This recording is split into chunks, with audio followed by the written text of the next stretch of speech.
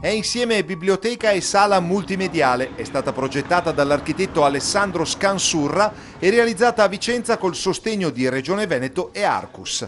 Contiene quanti più documenti possibili sul grande architetto Andrea Palladio, nei locali posti al piano terra della sede del CISA, il Centro Internazionale di Studi di Architettura. Quel palazzo che dal prossimo 4 ottobre ospiterà nelle sale al piano nobile il cosiddetto Palladio Museum o Palladio Museum, lo strumento essenziale per capire meglio i percorsi in Veneto delle opere, ville e palazzi firmati da Palladio in tutto il Veneto. Oggi riusciamo a rendere disponibili 30.000 volumi, rendere disponibile un sistema multimediale straordinario, ci sono migliaia e migliaia di file da cui si può ricavare tutto ciò che di Palladio abbiamo e conosciamo, ma lo facciamo in un modo nuovo.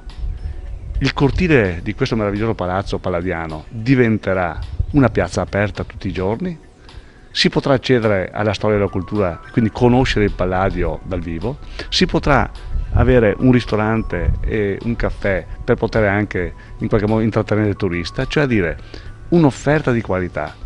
Perché noi che vogliamo l'eccellenza, vogliamo offrire al mondo l'eccellenza, dobbiamo anche avere dei modelli che vadano in questa direzione. Il patrimonio palladiano, composto da quasi 60 siti quali ville ed edifici pubblici, ma anche ponti e chiese, è così compattato nel piccolo spazio di poche sale.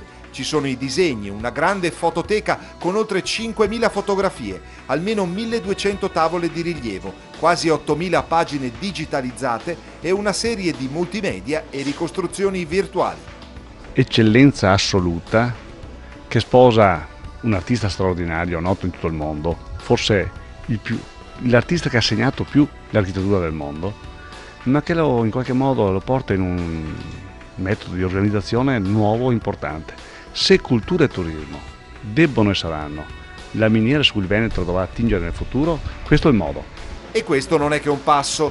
Andrea Palladio rappresenta un biglietto da visita che la Regione Veneto vuole giocarsi in ottica dell'assegnazione a Venezia del titolo di Capitale della Cultura nel 2019, con il vicepresidente Zorzato pronto a scomodare paragoni calcistici.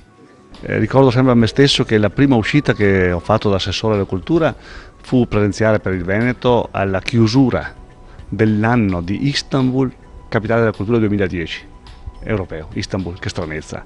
E fu chiusa quella iniziativa con una mostra straordinaria sul Palladio. Là ho compreso il valore di questa candidatura, il valore del Palladio, e credo che allora noi che concorriamo a che Venezia e il Nord-Est siano Capitale della Cultura nel 2019, il Palladio è il nostro centravanti.